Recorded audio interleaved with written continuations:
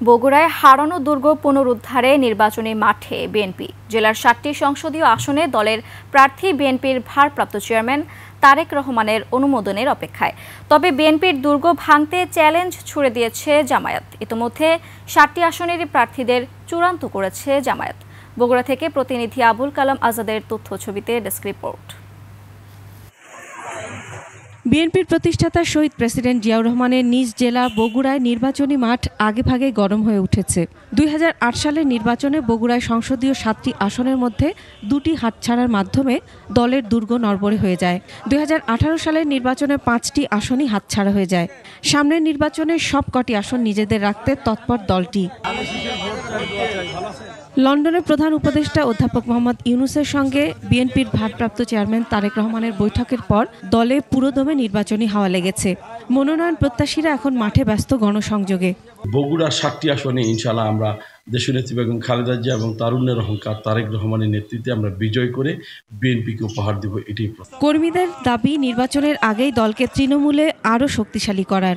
শাহজাহানপুর গাবতলীতে প্রায় 90% ভোট বিএনপির পক্ষে যাবে বলে আমরা বিশ্বাস করি। আমার বর্তমান 10টা মামলা, 3বার জেলে গেছি। আমাকে কোনো পোস্টে বা সদস্য পর্যন্ত রাখা হয়নি। আমি হাইকমান্ডকে বিশেষভাবে অনুরোধ করছি, আমরা যারা আরও নির্যাতিত আছি তাদেরকে সবাইকে দলীয় একটা মর্যাদা দেওয়া হোক।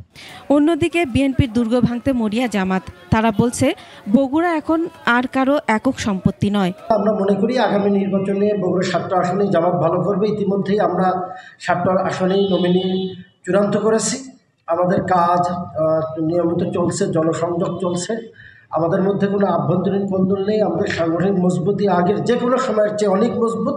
এদিকে এনসিপি বলছে দৃশ্যমান সংস্কার ও বিচার ছাড়া সুষ্ঠু নির্বাচন সম্ভব না। তবে চূড়ান্ত পর্যায়ে রয়েছে তাদের প্রার্থী তালিকা। বাংলাদেশের নির্বাচনের রাজনীতি একটা উৎসবমুখর রাজনীতি। এই উৎসবমুখর পরিবেশ তৈরি করার জন্য অবশ্যই আমাদের সরকারকে অনেকগুলো ব্যবস্থা নিতে হবে। যদি না নেয়, এখন যে অবস্থা আছে এই অবস্থায় যদি চলে, তাহলে আসলে আমরা যে স্বচ্ছ নির্বাচনের কথা চিন্তা করি এটা আমরা পাবো না।